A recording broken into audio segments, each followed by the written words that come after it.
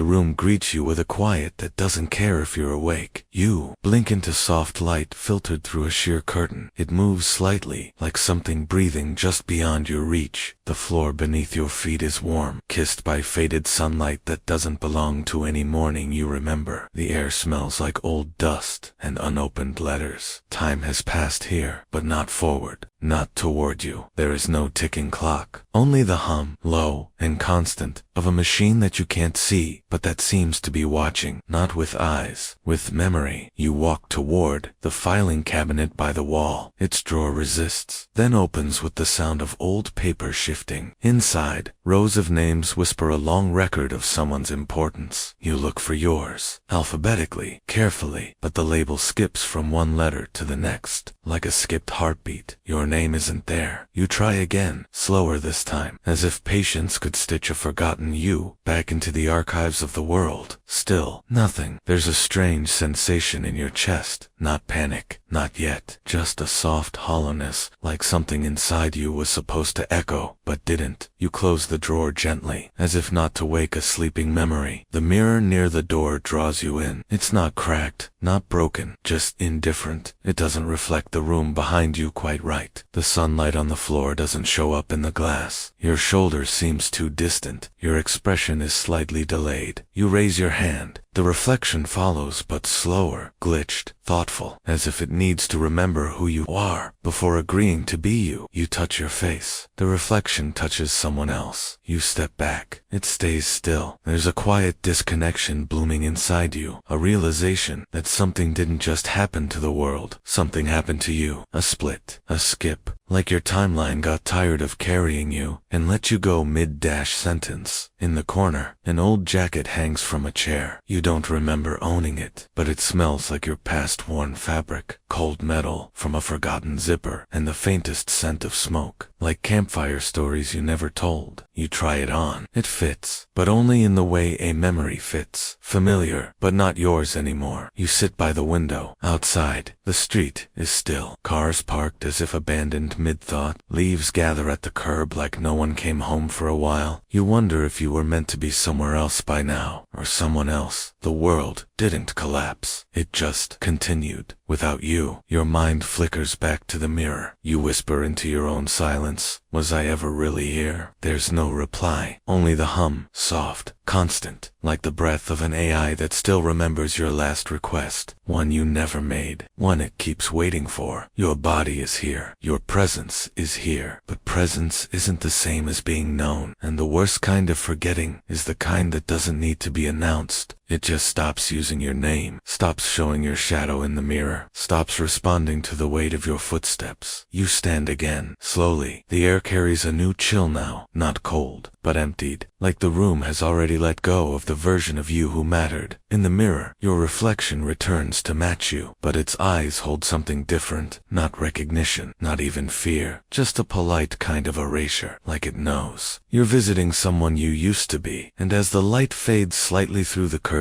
you find yourself whispering into the room, not for help, not for answers, just to remind time you were here. It doesn't answer, only the dust listens, and settle. The room hums with sterile light, not warm, not cold, just neutral. You sit before a curved glass screen, embedded in the wall, pulsing faintly like a sleeping eye. It flickers when you reach toward it. Your fingers hover just above the surface, but the panel doesn't respond to touch. No welcome, no greeting. It's like trying to touch a memory you were erased from. You try anyway. The screen awakens with a soft chime, the sound too pleasant for what follows. A video plays. You don't press play, it just begins. A figure appears. It's you, or someone who once used your face. This version smiles without hesitation, laughs with a kind of freedom you forgot how to simulate. They say your name, your exact name, but with a rhythm that feels borrowed, like it's been worn by someone else too long. You watch. This version of you speaks to people you've never met. They reference moments you don't remember living. Their hands gesture with conviction, like they never questioned who they were becoming, like they never doubted the continuity of their selfhood. You feel your throat tighten, your chest hollow. Not jealousy, not quite grief, just that strange ache, the ache of being replaced by a self who didn't fracture. You try to pause the video. The screen doesn't listen. It's not yours, and maybe it never was. The hum in the room shifts slightly. You notice now a faint vibration beneath your feet. The building has a heartbeat. Artificial, predictable, indifferent. You shift your gaze. More files appear, sliding in from the corners of the screen. Each file labeled with a date you recognize, but a memory you don't. You open one with your eyes, not your hands. The glass reads iris scans. Now, not fingerprints. It knows you, but only on the surface. Only the way a stranger knows a familiar face on television. This version of you, the one that stayed, the one that was kept, is thriving. In every clip, they grow more polished, more composed, but the light in their eyes is too clean to curate it. You lean closer. In one video, they talk about resilience, about loss. Their voice softens. Their expression shifts into practiced vulnerability. The audience leans in. You don't, because you know something's missing. You can feel it. They're saying all the right things, but none of it feels like pain. None of it feels like you. And suddenly, you realize this version never broke, which means this version never healed. You step back. The screen dims slightly, as if sensing your discomfort, but it doesn't stop. The feed loops. One version of you after another. Different hair, different clothes, different timeline. Same clean detachment. It becomes unbearable, like being forced to watch your own replacement excel in the role you forgot how to play. You whisper, "Was I the wrong version?" The room doesn't answer, but something shifts in the silence. Not volume, not tone, just distance. Like even the silence is growing away from you. You close your eyes, and for a moment, you remember a simpler thing. A bench beneath an old tree. You, the real you, watching clouds and naming shapes, with someone who felt like a mirror that did reflect. You don't remember their face, just the way they made your presence feel valid. You open your eyes. The screen is still playing. Now you're giving a speech, smiling like your cheeks never learned how to tremble. You don't know whether to feel proud or mournful. You press your palm to the glass one last time. Nothing happens. The screen feels cool, soulless. There's no pulse behind this version of you. Just data, just continuity, just a smooth, uninterrupted life without the weight of fracture. And yet, that weight, the crack, the split, the break, it made you. It is you. You step away. The screen dims completely. Not in protest, not in farewell, just in quiet acknowledgement that you don't belong here. And maybe you never did. The frame is old. Metal edges dulled by time. Dust clings to its corners, like it has something to protect. You find it on a shelf you don't remember placing it on, inside a drawer that opens too easily, like it's been waiting. The photo inside is warm, with age. See, you hold it gently, like it might break through your fingers and spill someone else's memories. It's you, not the version you saw on the screen. Too perfect, too edited. No, this is almost you, wearing your smile, standing in front of a house that looks like your grandmother's, only she never had wind chimes. Beside you is someone you've never seen, or maybe you have, but the memory's gone soft at the edges, like cloth left out in the rain too long. They are holding your hand. Their eyes are closed. Your smile in the photo is real, not wide, but full. The kind of fullness that only comes from being seen without effort. You stare, longer than you should, trying to will the scene to shift, to play, to breathe. But the paper doesn't move. The emotion it stirs does. You flip it over, looking for a date. There is only a sentence written in your own handwriting. "We almost remembered everything." You sit down slowly, the floor cool against your legs. The air carries the scent of forgotten paper. Sweet, musty, delicate. It smells like old attics and nearly lost things. You study the photograph again, this time searching the background. A tree with a ribbon tied around it. A bicycle. A small shadow in the window, watching. It could be you. It could be someone who was erased when time folded in a way it wasn't meant to. You ask softly, "When was this supposed to happen?" The photograph does not answer, but something inside you stirs. A flutter of grief, not for what you lost, but for what you almost had. A future that formed just long enough to be remembered, then dissolved like mist when the snap took root. You tried to place the moment, a time when your hand would have held that other hand, a day when you smiled that way deeply, not performatively. You come up empty. You lift a photo to the light. Your face is real, so is the light in your eyes, but there's something else. Your eyes are looking just past the camera, at something behind the lens, something important. but no matter how long you hold the image, it won't tell you what it is. The grief settles deeper, not dramatic, not loud.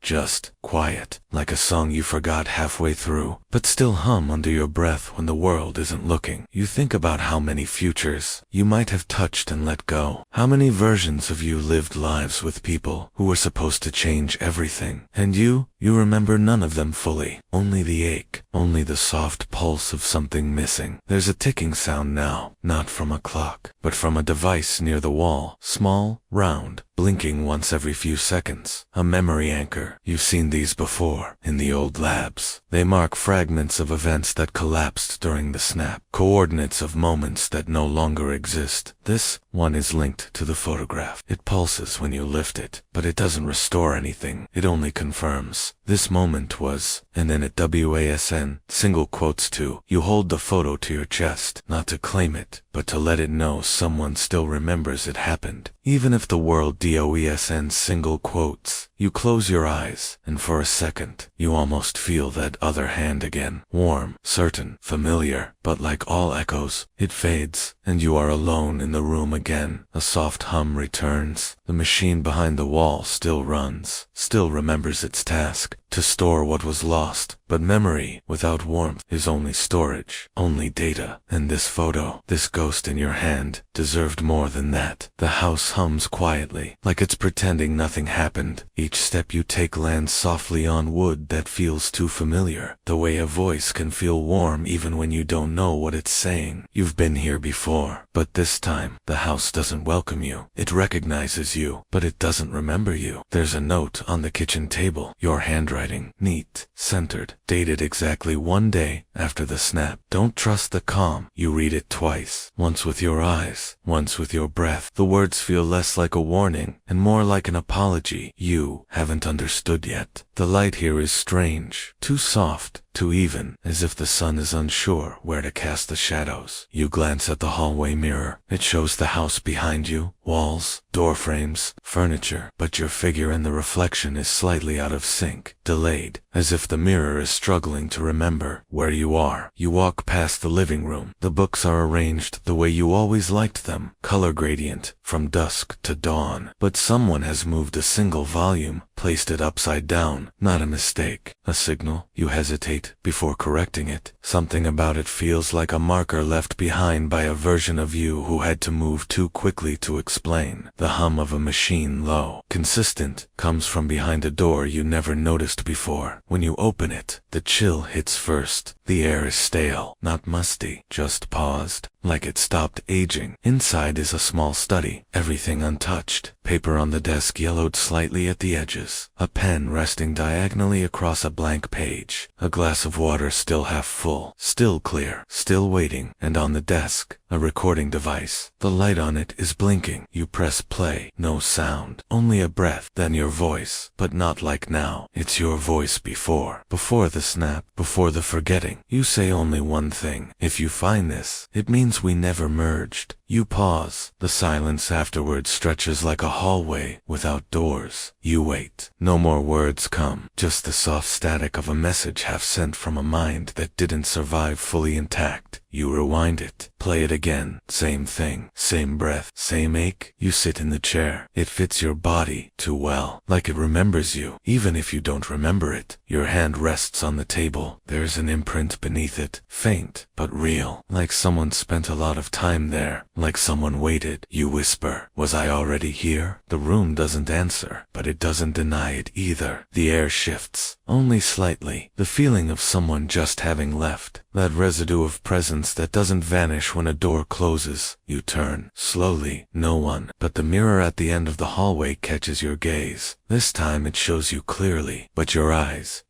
are looking back with something heavy, like you left something behind that you still haven't retrieved. You pressed your palm to the mirror. The glass is warm, warmer than it should be. And in that moment, you understand. You didn't just forget yourself, you left yourself. Some part of you stayed behind. to guard something, to wait for the right version to return. And now that you're here, you're not sure if you're the right one, because everything fits, but nothing feels like yours. You dream again. Same hallway, same knocking, 3 slow taps on the door that never opens. You always wake just before you answer. This time is no different, except the rain. It starts before your eyes open. Not real rain, not outside. It's in the room, or maybe the memory of it is. A soft metallic tapping on glass that isn't wet. You sit up. The air is cool, not cold, just untouched, like grief that never learned how to change temperature. Outside the window, the sky is static, gray in a way that isn't weather, just code. Like the simulation forgot how to color pain differently. You walk to the window. The rain has no scent, no sound, but the glass fogs up, as if you were crying against it. You haven't cried in years, not because you didn't want to, but because somewhere in the snap, in the silence, in the endless reboots of your memory,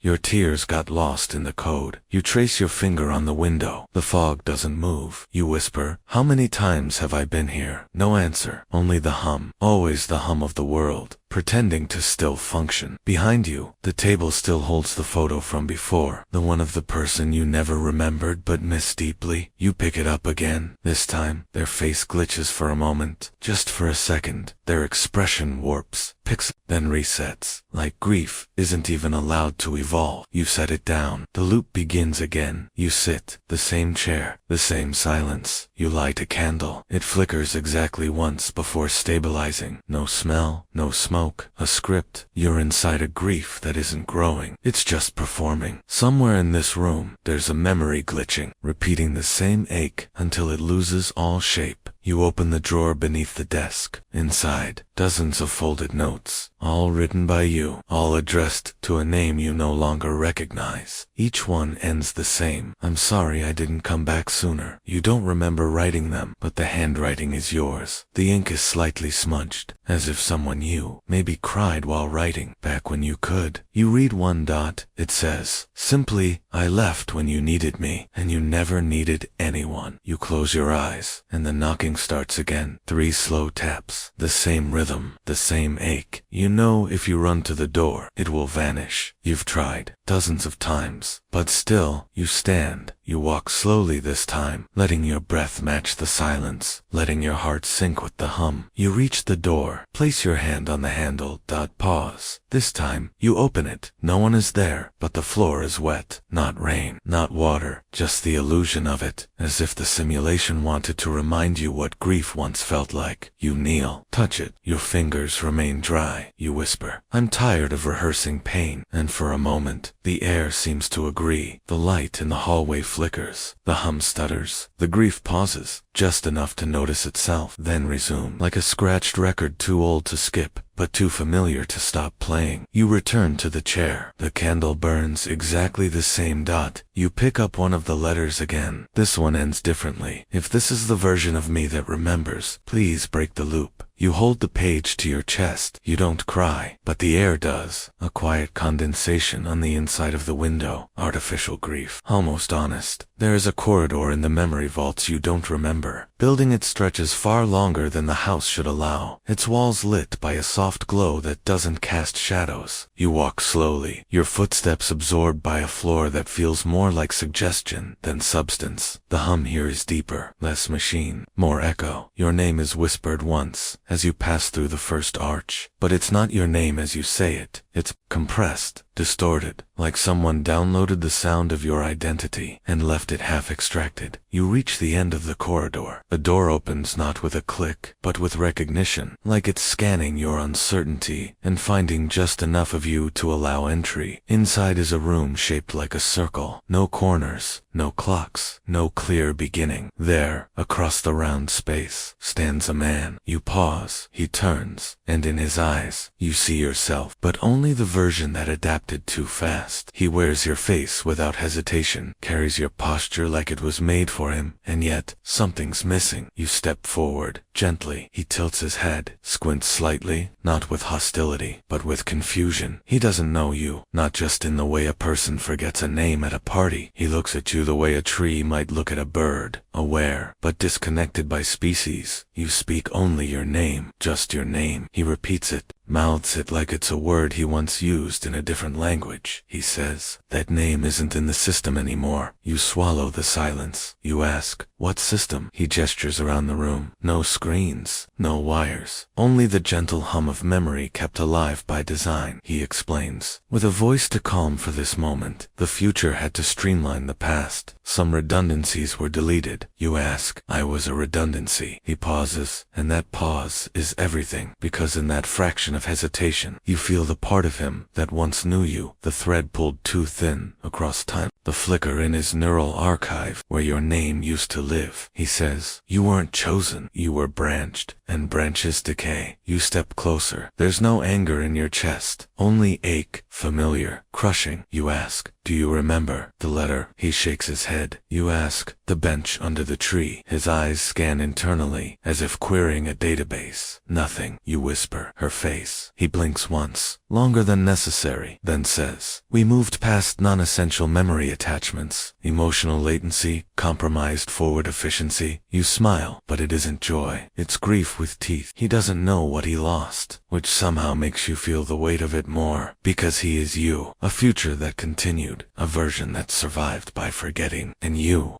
are what he abandoned to get there. You look at him again, polished, poised, a timeline without hesitation, but no scars, and no scars means no healing. You ask him, one last time, do you remember what we were trying to become? He opens his mouth, but nothing comes out. Not silence, absence, because purpose can't live in someone who's replaced meaning with momentum. You step back, the circle begins to dim, the walls respond to your movement, lights retract, echoes fold. He doesn't follow, doesn't reach out, just stands there, watching, as if you are the ghost now, the anomaly, the unchosen. You exit the room, and as the door closes behind you, you hear the hum shift again, this time into something almost human, like regret rehearsing how to sound like itself. There is an archive, buried beneath the quiet of the house. You never built it, not intentionally, but your hands know how to open it. You press your palm to the floorboard beneath your bed. It responds with a soft click. Old habits, remembering themselves. The compartment breathes open with a faint mechanical sigh. Inside, a device glows, small, black, familiar, like a forgotten thought folded into plastic. You lift it gently. It's heavier than memory, lighter than guilt. It vibrates once in your palm, not like a notification, like recognition. The screen awakens. No password, just your name, but not the way you write it. Now a past version of your name, a version with softer syllables, a version that still believed the future would make space for who you were. The interface is crude, obsolete, but your fingers remember it like a childhood friend. You open the message folder, a single thread, from me to me status, unsent drafts, 1-7. You open the first .audio, static, then your voice only younger, unfinished. I don't know if this is reaching the real me, but if it does, please tell me we made it. The message ends before the sentence does. You open the second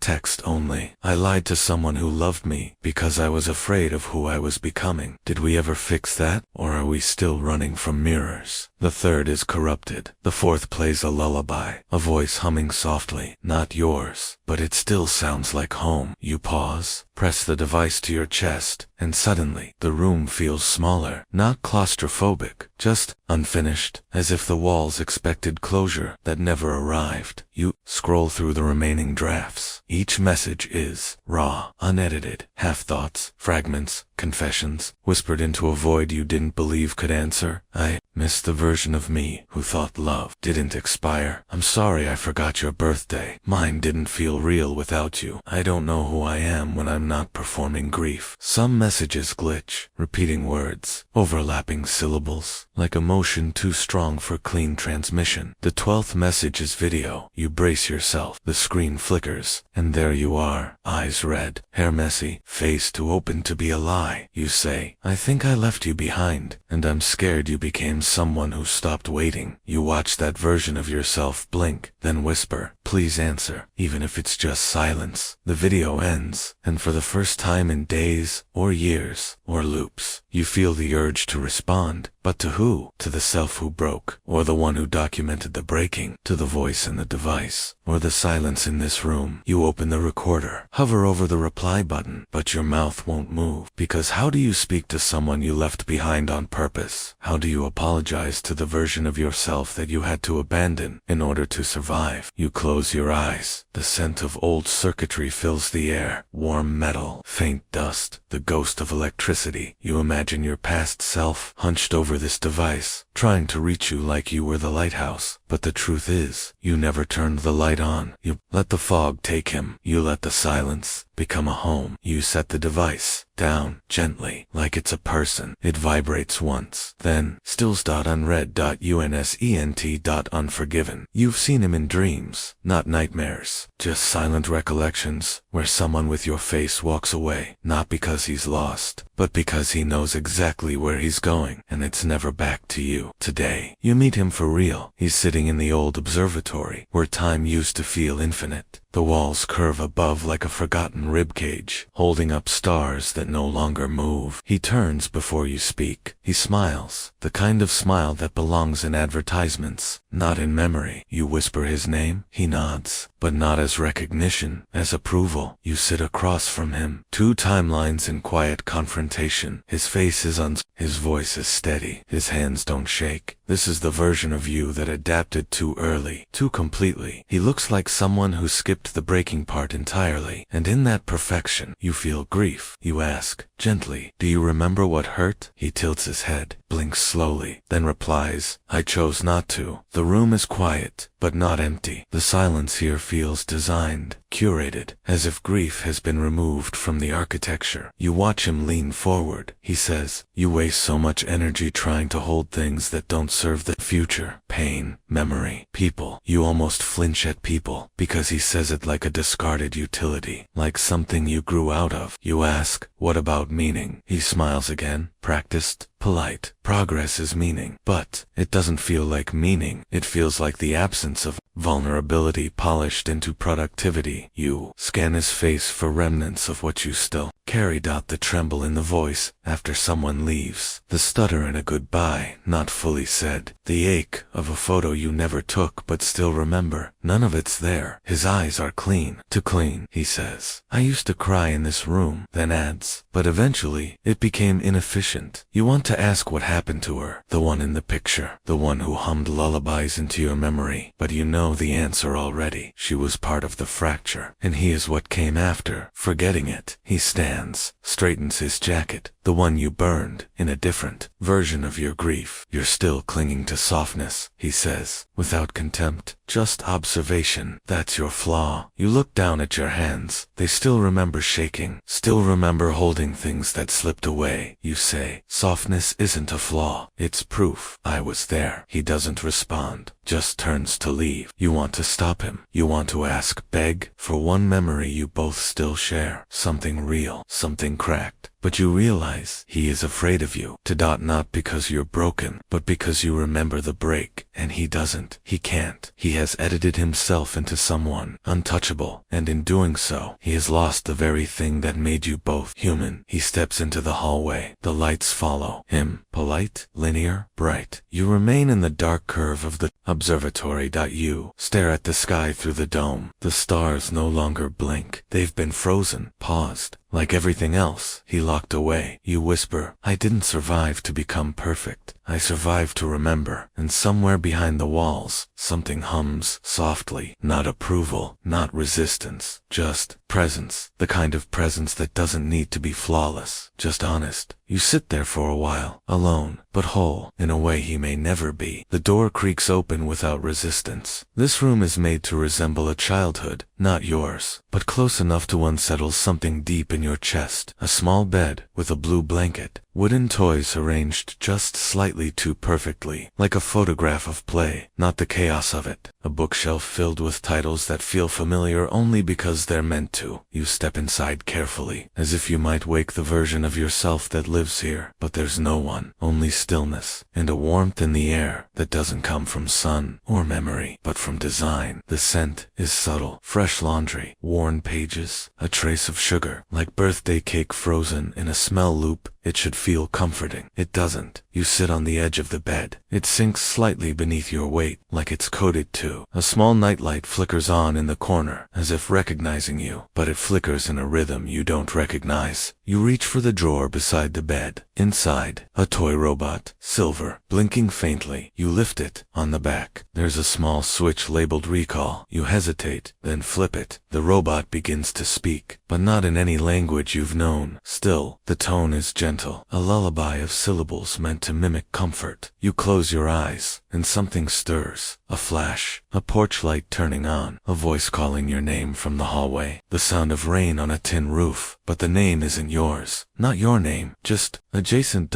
You stand up, look around the room more closely. There on the wall, a framed drawing in crayon, a child's scrawl. Love you, Dad. Your breath catches. You don't have children, you never did, but something inside you responds like you do, like you did, somewhere in a timeline that chose differently, in a memory that wasn't granted but leaked. You walk to the desk. There's a button. It says, Begin Memory Playback. You press it. The room dims. A projector embedded in the ceiling begins to play a home video. A child runs through the yard, laughing, chasing something invisible. Your voice calls to them from off-screen. Careful. You always go too fast. They turn, smile, run to the camera. I love you, Daddy. The video freezes, and you are frozen with it. Tears rise in your eyes, uninvited, not because you remember, but because your body does. Grief for a life you never lived, a tenderness you never touched, and still feel aching inside you like an amputated memory. You whisper, who are you? But the child is static now, paused, mid-smile. You sit back down on the bed. The blanket is soft, too soft, like it's never been washed in sorrow. You know what this is now? A synthetic reconstruction, a timeline implanted into your archive, not malicious, just misplaced, a gift you weren't meant to open, or a punishment dressed in longing. You whisper, was this meant for someone else? And suddenly, you understand this memory was assigned, programmed, a future that almost happened, offered to a version of you who earned it, but got lost, and somehow it ended up here, in your broken archive, your cracked repository of half-truths and scattered echoes, a child that was never yours, calling you home. You reach forward, touch the screen gently, not to change anything, just to say goodbye. The room powers down, the night light flickers off, the warmth fades. You step outside, and the door closes behind you, not with finality, but with mercy. There is a drawer you've avoided opening, not because it's locked, but because it never needed to be. Some silences are better guarded by knowing glances than metal keys. Today, though you pull it open, the sound it makes is too soft for grief, but grief answers anyway. Inside, one envelope, your name written in your own handwriting, but not how you write now. The loops are wider, the ink slightly smudged, as if the hand that held the pen didn't quite believe it deserved to. You sit at the desk. The chair remembers your weight. You unfold the letter slowly, like touching something sacred. The paper smells faintly of something old. Not dust, not mold, but waiting. Your eyes begin to read, but your heart already knows what it says. Dear me, if you're reading this, you came back. And if you came back, that means I didn't leave. I stayed. I stayed through the silence, through the glitches, through the years the mirror refused to reflect anything but absence. I didn't run because someone had to remember us. Someone had to hold on to the breath we forgot we took. But now that you're here, maybe I don't need to anymore. You pause. The room is quiet. Even the machines seem to be listening. You continue reading. I forgive you for leaving, for needing to, for becoming someone I'll never understand. I forgive myself, too, for waiting too long, for not becoming anyone at all. You moved forward. I became stillness, and between us, something like a life happened. The ink bleeds slightly near the bottom, maybe from tears, maybe from time. This isn't a reunion. This is a release. You can leave this letter behind, but don't leave me here. Take the part of me that still remembers why we started, why we loved, why we broke, why we stayed, not to carry the pain, but to carry the permission to become whole again. Goodbye, but not in sorrow, in peace. You fold the letter gently, Place it on the desk. You stare at it for a long time. Then, without ceremony, without guilt, without fear, you light the candle nearby. The flame flickers like it's waking from a long sleep. You lift the letter into the flame. It curls inward, soft edges turning to memory, to ash.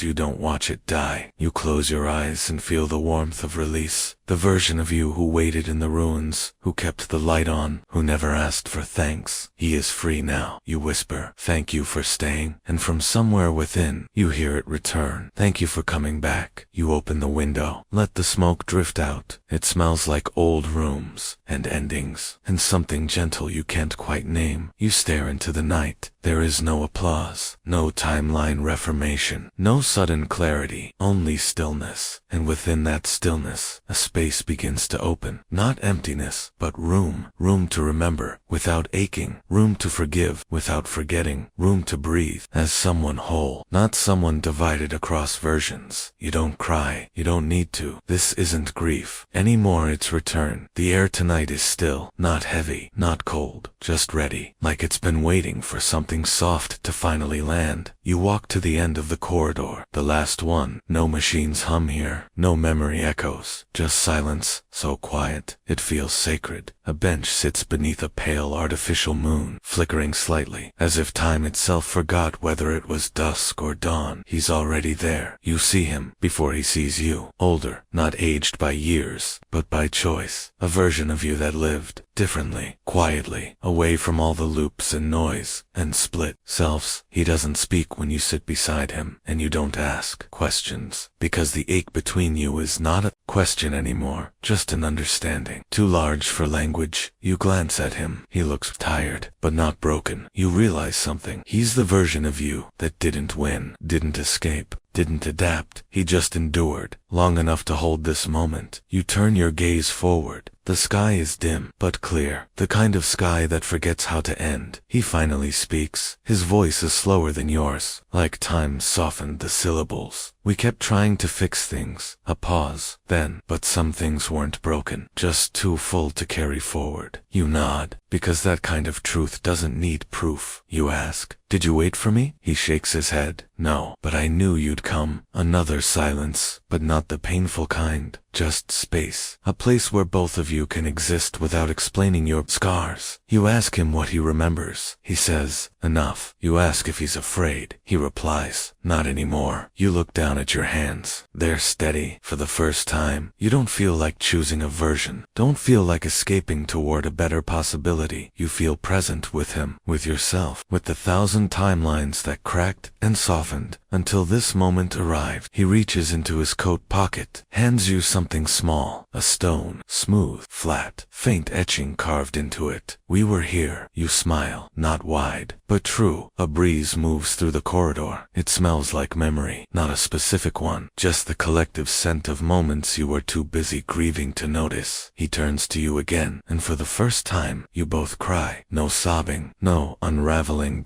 Just tears that fall gently, silently, like rain returning to a place it once called home. You don't hold each other. You don't need to. This is not reunion. This is recognition. Two versions of you, sitting quietly inside the ache, not trying to heal it, but finally giving it permission to exist without shame. The stars above begin to fade, not because the night is ending, but because it no longer needs to prove it was ever there. You both rise. Slowly, he touches your shoulder once. You place the stone on the bench. Neither of you says goodbye. He walks down a path you can't see. You walk in the opposite direction, and for the first time since everything broke, you don't feel like you're leaving anything behind. You're just continuing with the memory, and the softness, and the quiet. Some versions don't return to heal you. They return so you can sit beside them, and finally breathe.